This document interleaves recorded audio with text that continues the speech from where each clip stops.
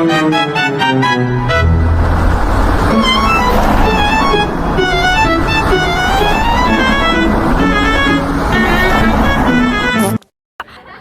aku di sini sama anak FKG. Kamu boleh kenalan dulu gak? Boleh. Jadi salam kenal, aku Hansen Osias dari Fakultas Kedokteran Gigi. Aku di sini izin nanya pertanyaan buat kamu ya. Aku mau nanya, menurut kamu perawat itu apa? Oke, jadi menurut aku perawat itu seseorang yang punya peran penting dalam menangani kasus-kasus di pasien, terutama dalam proses ketika mereka dalam proses penyembuhan. Terus yang kedua, apa sih tugas perawat yang kamu tahu? Oke, kalau tugas perawat yang aku tahu itu biasanya memberikan edukasi kepada pasien, lalu seperti namanya perawat, dia itu juga yang bertugas untuk merawat pasien. Oke. Kalau yang ketiga, gimana sih citra perawat yang kamu tahu? Oke, kalau citra perawat menurut aku sama sih kayak pertanyaan sebelumnya. Jadi menurut aku perawat itu adalah seseorang yang mungkin banyak orang itu nganggapnya remeh, tapi itu sebenarnya perawat itu juga mempunyai peran yang penting.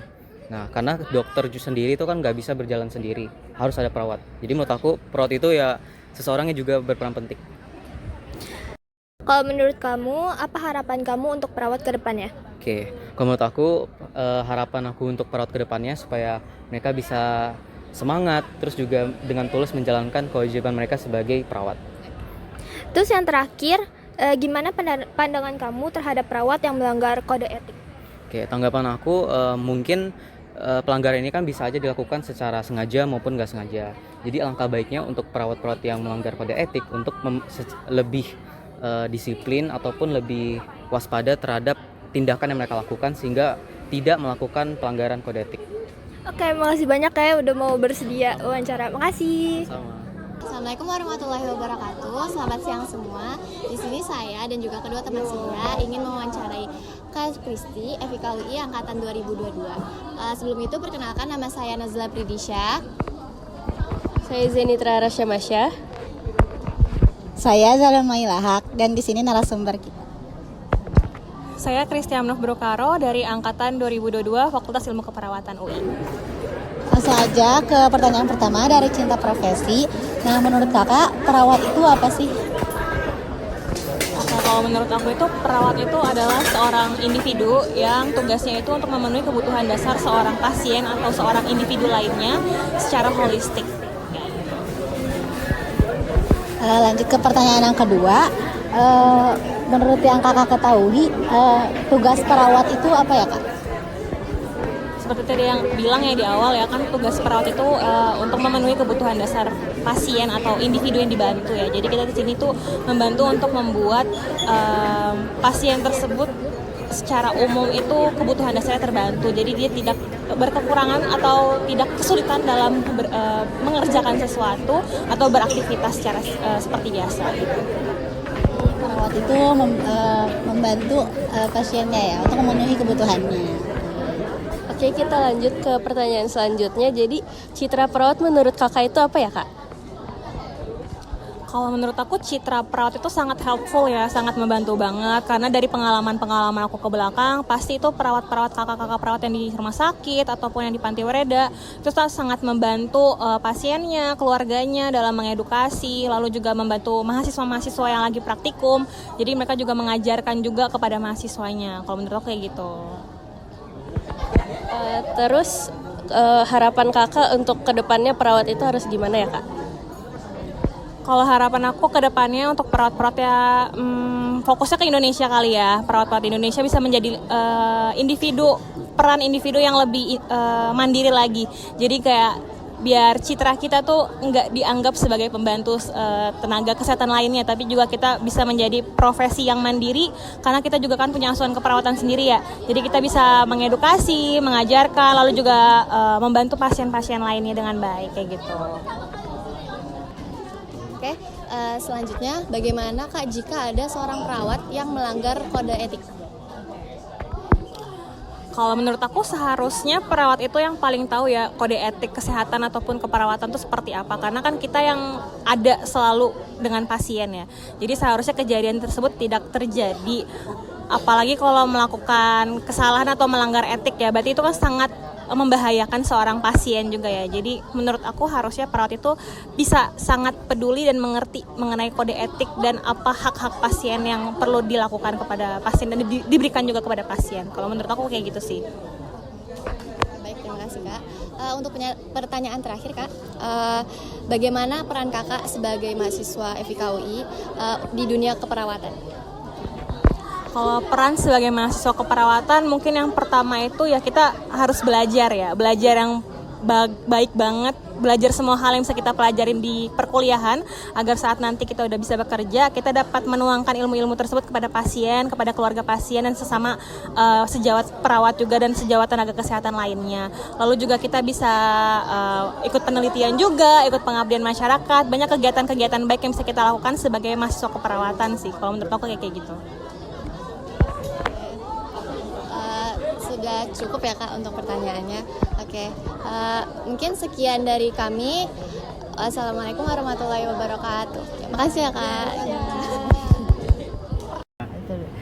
Oke, halo teman-teman semuanya. Perkenalkan, nama aku Safwa. Nama aku Firda Melita. Dan kali ini kita akan mewawancarai bersama Bapak siapa Kak? Bapak Pipit Permana. Oh, oke, Bapak Pipit Permana dan ini adalah narasumber kita dari luar RIK nih teman-teman. Oke. Langsung ke pertanyaannya. Yang pertama, menurut Bapak perawat itu apa? Kalau perawat itu kalau di rumah sakit artinya yang merawat orang yang sakit. Nah, itu harus tahu semua ilmunya. Iya. Ya kan, hanya jangan sekedar julukannya perawat. Iya, betul. Nah, kejiwaannya juga harus sabar. Kan ya namanya perawat artinya kan kayak punya sesuatu harus dijaga, ya kan. Jadi akhlaknya juga mesti baik, utamanya gitu. Kemudian lanjut ke pertanyaan kedua. Oke, mungkin pertanyaan kedua ini menurut Bapak apa tugas perawat yang Bapak tahu nih Pak kira-kira? Yang tadi saya bilang tugas perawat itu jangan hanya perawat aja, ilmunya juga mesti punya. Nah, kalau cuman hanya perawat aja juga orang juga bisa. Kan dia harus dibekalin ilmu untuk perawatan bayi, untuk menjaga orang sakit. Jadi 3S itu harus dipakai. Senyum, salam, siapa, ya kan. Selamat pagi Bu, Pak, ya kan. Betul. Harus supaya dia betah sama kita. Perawat. Iya, sama perawatnya. Saya maunya sama perawat semuanya atas nama ini. Kenapa? Karakternya baik, Iya betul. sopan, ya kan? Iya, benar. Nah, kalau tiba-tiba karakternya nggak murah senyum, judes, jutek, galak, nah itu kan bukannya perawat namanya, ya kan? Ya perawat selain cantik, ya kan, alaknya ada, ilmunya ada, itu kalau menurut saya. Oke. Iya. Baik, Oke, Bapak. lanjut. Pertanyaan ketiga, bagaimana citra perawat di mata Bapak? Kalau di mata saya citra perawat itu bagus. Cuman maaf aja ya. Iya. Jagalah akhlak kita, jangan tergoda. Biasanya begitu. Jadi jangan terbuai sama dunia. Ya maksudnya terbuai sama dunia kan. Kenapa saya bisa ngomong gitu? Karena ya kan beberapa saya nonton film ya ada tanda kutip gitu. Pokoknya akhlaknya harus dijaga gitu. Lanjut. Oke nih Pak, pertanyaan keempat, apa harapan Bapak tersendiri khususnya kepada perawat ke depannya?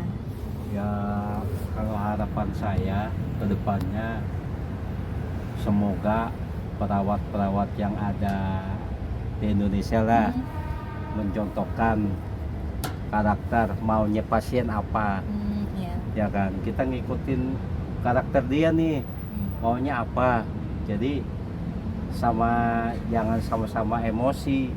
Jadi si perawat itu tahu, si ibu maunya ini, anak ini maunya ini, itu. Jadi si perawat itu harus ngejiwain si pasiennya sendiri, ya kan, jangan mau kemauan kita. Iya betul. Bener nggak? Benar. Iya, jangan ngikut kemauan kita, maunya begini, si ibu bawel amat. Jangan, jaga sifat, jaga omongan. Kalau menurut saya gitu aja. Ya, lanjut ya Pak, pertanyaan terakhir, bagaimana pandangan Bapak terhadap perawat yang melanggar kode etik? Ya, belum. Kalau pandangan saya, ya harus ditindak dan harus istilahnya kena sanksi. Masalahnya menconteng nama baik fakultas, nama baik yang bikin sertifikat keperawatan. Itu ya tindakan saya harus ditegas. Jadi nggak ada pilih kasih karena dia bawa, karena dia anak siapa. Nah, harus adil, ya kan, si A ya salah, jangan ngebeda-bedain. Zaman sekarang kan dia anak siapa, wah bebas. Nah, itu ya, kalau zaman sekarang sih hal yang kayak itu mustahil sih. Kalau menurut saya nggak ada. 1001. Nah, yang ada apa? Jangan. Ini keponakan saya, ini anak saya, karena dia pimpinan, ya nggak bisa begitu. Undang-undang tetap undang-undang. Peraturan tetap Ya kan, aturan, SOP ya SOP. Kalau dia melanggar hukum, kalau dia ini harus ditindak tegas, ya kan. Jangan pincang, jangan belas sebelah. Utang-utang si A ini orang nggak punya, si B juga yang megang peranan, ibunya apa saudaranya, bebas hukum. Kalau menurut saya sih harus adil dan harus rata gitu. Jangan pandang sebelah, jangan takut mati. Bener nggak? Betul. Iya, sekarang yang ada takut mati. Masa orang jujur. Ya lanjut saya ngomong Lanjut sama Pak. Ya pokoknya intinya sih menurut saya harus ada ketegasan dari pihak pertama, rumah sakit. Kedua, cabut izin dia sebagai perawatan, jangan dilindungi. Kalau menurut saya gitu. Kalau seumpamanya selalu dilindungin terus, jangan ada unsur duit jangan.